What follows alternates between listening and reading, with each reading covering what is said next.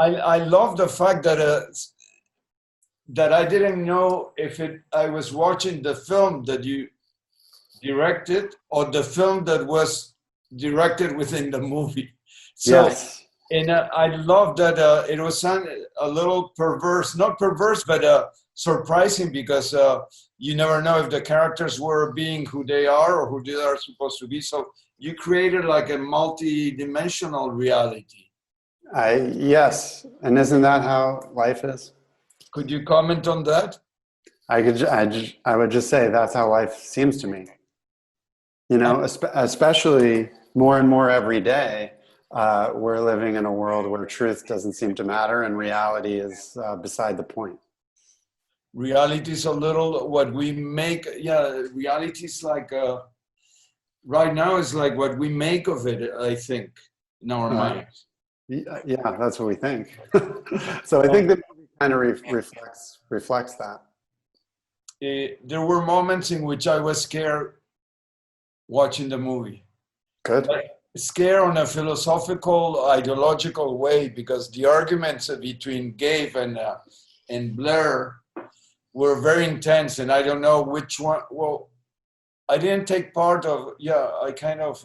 I agree with both of them at certain level. I guess both perspectives are valid. Could you tell us a little about that?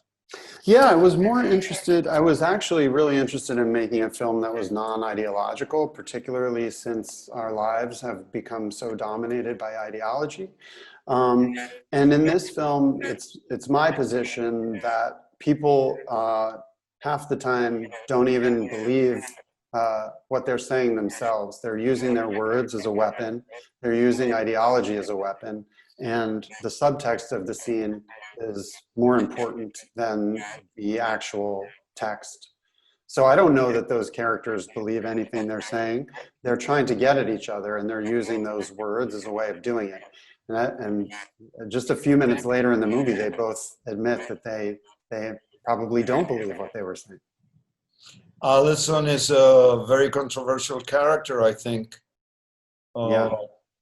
She creates a lot of chaos, in your opinion, or not? Can you talk about her? Yeah, I think that she does create a lot of chaos, and I think it's a depiction of the artist as a kind of destroyer, you know, which I think artists can be. And it's a question that comes from kind of deep in my soul, because I do have an aspect of myself where I'm always looking for material. And in some ways, I'm always abstracting myself from my real life experiences. And if my life isn't interesting or exciting enough, I worry that I sometimes make it so that I have something to write about. You know? Do you think that we need cruel psychological games like they're in the movie sometimes, which scare me, to find the truth? Or is too much of a question? See, that's actually an interesting question. We may need them to find the truth. I don't know that we need them to make good movies. So, for example, I didn't conduct myself on set that way. That was more of a riff on, you know, the legend of directors like Stanley Kubrick and Jean-Luc Godard, or Lars von Trier, who are awful to their actors. It was more just a riff on that. So no, I don't think it's necessary to create good performances on set, but some amount of confrontation and some amount of confrontation is probably healthy in real life. How much of you do we see in the movie? Are you a melange, a mix of the three of them? I think you see a lot of me in the movie, but like you're suggesting, not embodied in any of the one characters. If there is one character who I have the most in common with, it's Allison, the writer and director of the film you're watching. Would you define the film as a ménage à trois but psychological?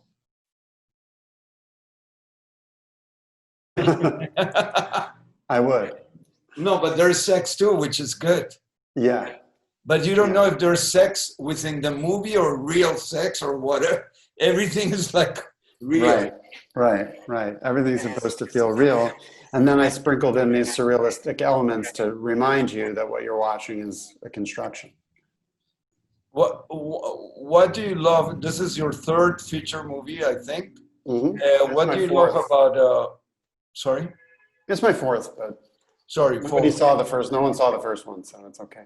I saw two. I didn't see one of them. But Right. wait, so yeah, this is your fourth feature movie, and what brought you into telling us, becoming a storyteller using the format of film?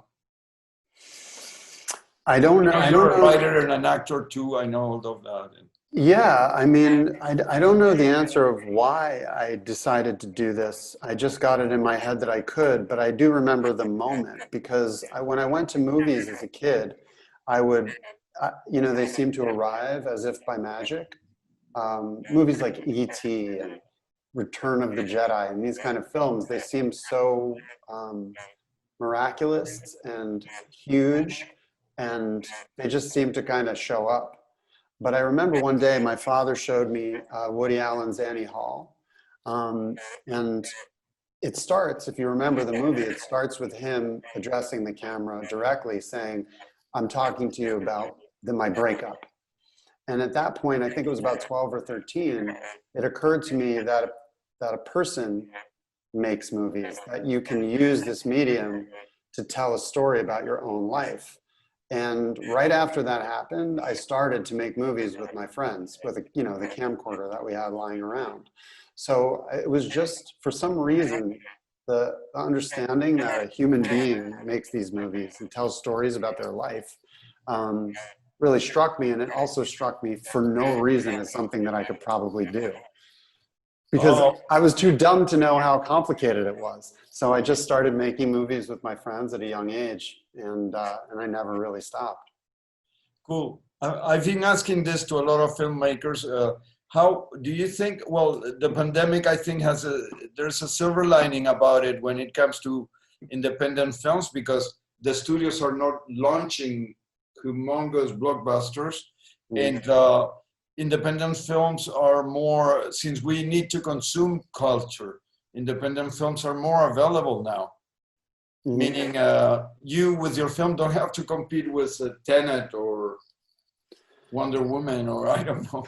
Yeah, right. I guess that's really cool, and I hope that it results in more people seeing the movie. Of course, there's all the movies of the past that I have to compete with that people are watching. You know, if you look at like what the top movies of the week are that are screening, it's that people are buying. It's really interesting, right? It's like old movies from the 80s or the 70s or whatever. So, but I hope that it gives us more of a shot. That would be nice. Great. And so are you Gabe in the movie? Are you like Gabe? No, not at all. No, I'm more No, like don't get Allison. offended. Don't get offended. I'm just, Well, actually, some of my mannerisms he took, and I am, you know, we made that movie very quickly, so I think some of the character of Gabe's impatience was definitely, Chris was definitely using my impatience as a model, but not in terms of the treatment of the cast. I don't think that's the right way to treat actors. they were very good in the movie. Yes, yeah, they were great.